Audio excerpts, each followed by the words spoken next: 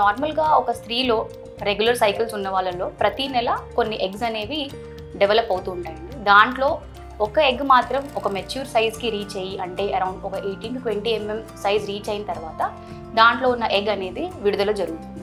ఆ విడుదల అయిన ఎగ్ ఫాలోపియన్ ట్యూబ్ లోపలికి వెళ్ళి అక్కడ ఒక 24 hours పాటు ఉంటుందండి. సో ఆ సమయంలో భార్యాభర్తలు కలుసున్నట్టయితే హస్బెండ్ యొక్క వీర్యం వైఫ్ యొక్క యోని నుంచి గర్భసంచి లోపలికి వెళ్ళి అక్కడ నుంచి ఫాలోపియన్ ట్యూబ్ లోపలికి వెళ్ళి అక్కడ ఉన్న ఎగ్ని కలుస్తుంది. సో ఫర్టిలైజేషన్ జరిగిన తర్వాత పిండం అనేది ఫాలోపియన్ ట్యూబ్లో ఏర్పడుతుంది. అక్కడ ట్యూబ్లో ఒక 3 to 4 days పాటు పిండం అనేది డెవలప్ అవుతూ ఉంటుంది.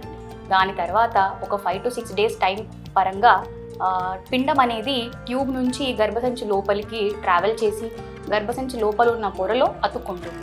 సో దీన్ని మనం ఇంప్లాంటేషన్ అని అంటాం.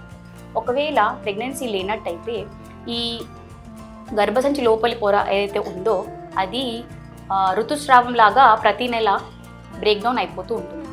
ఒకవేళ ప్రెగ్నెన్సీ ఉన్నట్టయితే మాత్రం గర్భసంచి లోపలి పొర ఇంకా మందంగా తయారయ్యి ఆ బేబీకి ఆహారం ఇంకా పోషణ అనేది కల్పిస్తూ ఉంటుంది.